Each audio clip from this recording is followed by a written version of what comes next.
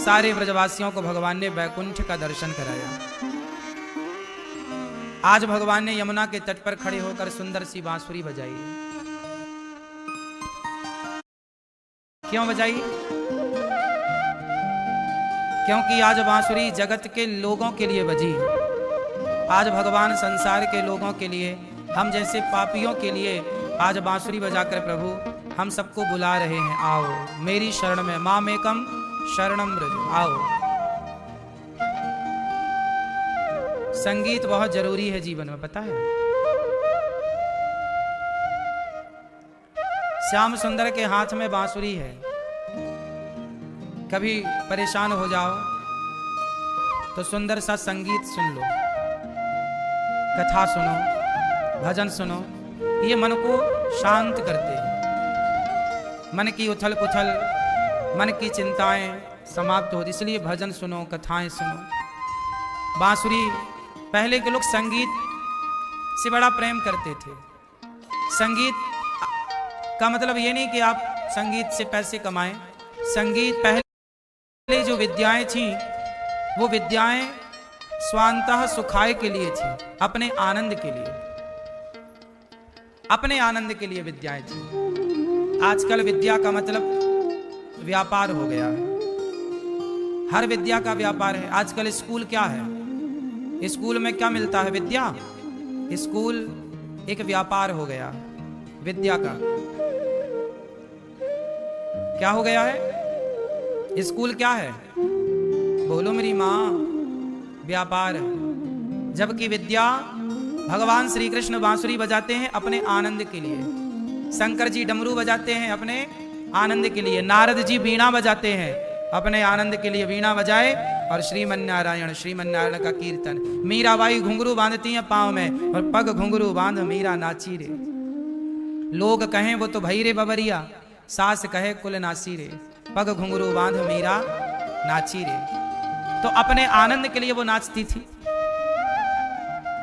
नाचना बहुत अच्छा है, पर कब, किसके लिए नाचा जाए? जय जय स्वामी जी, विराजी। किसके लिए नाचना चाहिए? भगवान के लिए। जय जय। किसके लिए नाचना चाहिए? भगवान के लिए। नाचना अच्छा है, आप लोग नाचा करो, लेकिन आप लोग नाचते हैं कमर मटका मटका के, किसके लिए? संसार को दिखाना चाहते हैं। संसार को रिझाने के लिए हम थोड़ी नाच रहे हैं। नृत्य से भी भगवान को पाया जाता है, यह भी एक विद्या है। संगीत से भी ईश्वर को पाया जाता है, ध्यान से भी ईश्वर को पाया जाता है, भक्ति से भी ईश्वर को पाया जा, ये सब रास्ते हैं। ज्ञान से भी ईश्वर को पाया जा सकता है।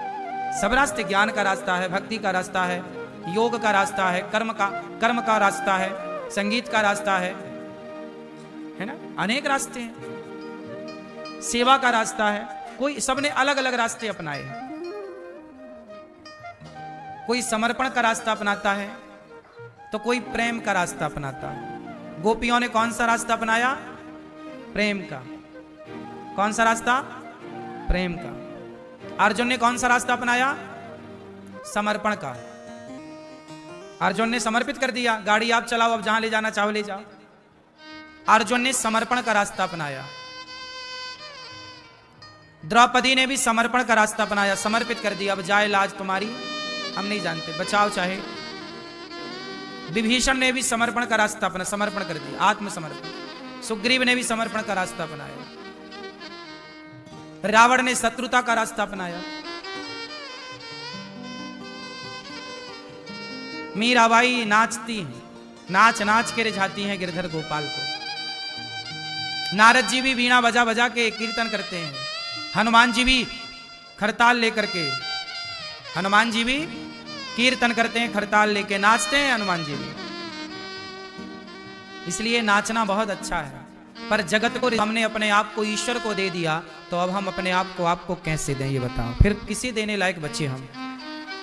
एक ही जगह तो आप दे सकते हैं ना अपने आप को, 4 जगह तो नहीं बांट सकते।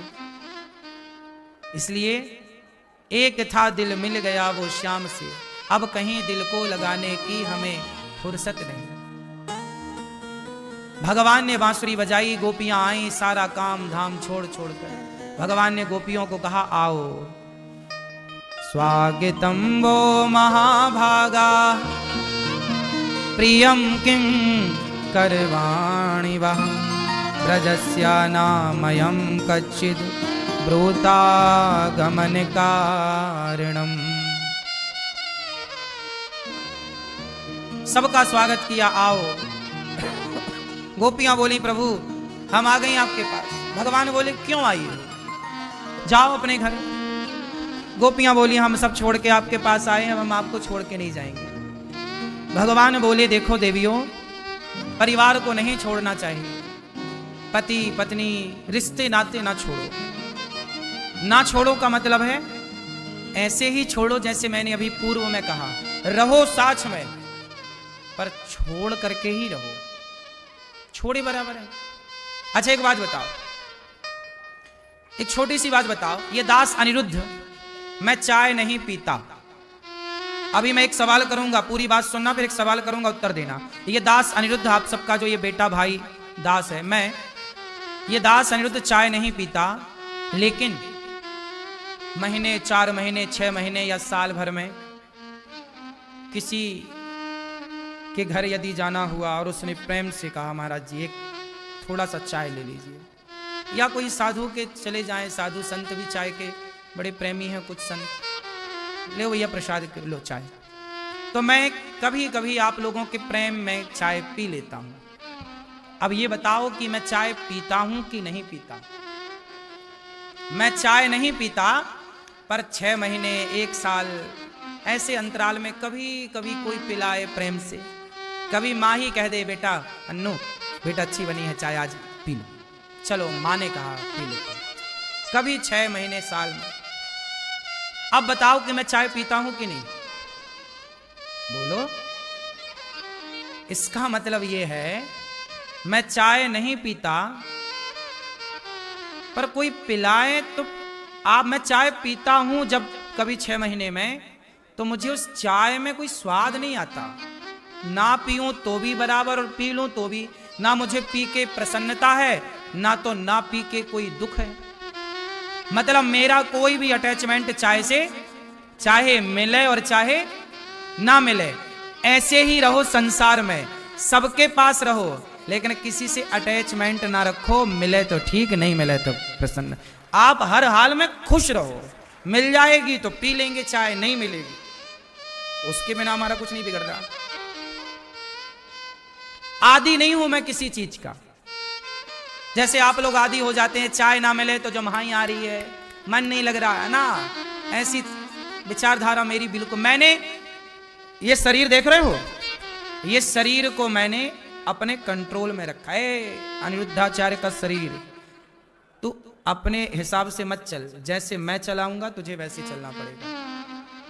मैंने अपनी आंखों को आजाद नहीं छोड़ा कि कुछ भी देखे ना, इनको भी मैं पिटाई लगाता रहता हूं। जो मैं देखना चाहूं आंखें वही देख, भगवान को ही देख, यहां वहां ना भाग। अपने पे कंट्रोल। क्यों? खाने पे मैं वही खाता हूं जो खाने योग्य है। ये नहीं कि मुझे गुलाब जामुन बड़ी पसंद है, जलेबी बहुत पसंद है, लेकिन आप बताओ आश्चर्य मानोगे, मुझे गुलाब जामुन जलेबी पसंद है, पर जब मैं भोजन करने बैठता हूं ना, तो कई बार जलेबी भी रखी होती है और गुलाब जामुन भी, लेकिन उस थाली में गुड़ भी होता है, तो मैं गुड़ खाता हूं, जलेबी को दिखा दिखा के देख, तुझे नहीं खाऊंगा।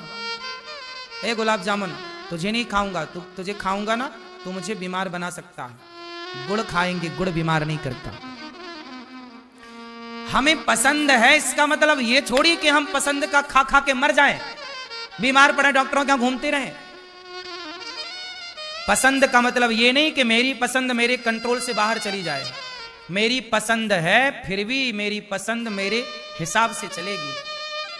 रखा है सब सामने, पर मैं खाऊंगा नहीं। कभी खाता हूं, कभी हफ्ते 2 हफ्ते में एक आध मीठा पीस ले लिया कुछ है तो, वरना मैं इतना सा गुड़ रोज खाता हूं भोजन के बाद। रसगुल्ला होता है, मीठा होता है, पर मैं नहीं, क्योंकि ये हानिकारक है। शक्कर हानिकारक है। मैं गुड़ की बनी चीजें खा लेता हूं, जैसे खीर बनी और खीर गुड़ की बनी तो खा लेता हूं, शक्कर की बनी तो नहीं खाता। क्योंकि यदि मैया मुझे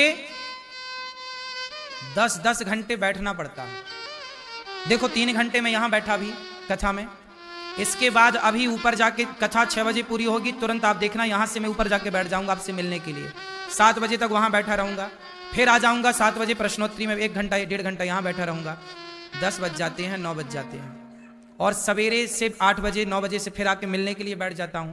तो मेरा काम दिन भर क्या है? बैठने का। यदि मैं उल्टा सीधी चीजें खाऊं तो मेरा तो पेट इतना बड़ा हो जाएगा, फिर क्या होगा? बीमारियां कब्जा कर लेंगी शरीर में। मेरी पसंद है इसका मतलब ये नहीं कि तुम्हें मैं सिर पे चढ़ा लूं। इसी को बोलते हैं साहब कंट्रोलिंग पावर। जिस ना वो किसी और को अपने कंट्रोल में नहीं रख सकता। जो स्वयं को कंट्रोल में रख सकता है वही सबको कंट्रोल में रख सकता है। इसलिए कहता हूं, पहला युद्ध आप अपने आप से लड़ो। पहला युद्ध आप अपने आप से लड़ो। क्यों भैया? ठीक हो? आप पहला युद्ध किससे लड़ोगे? अपने आप से।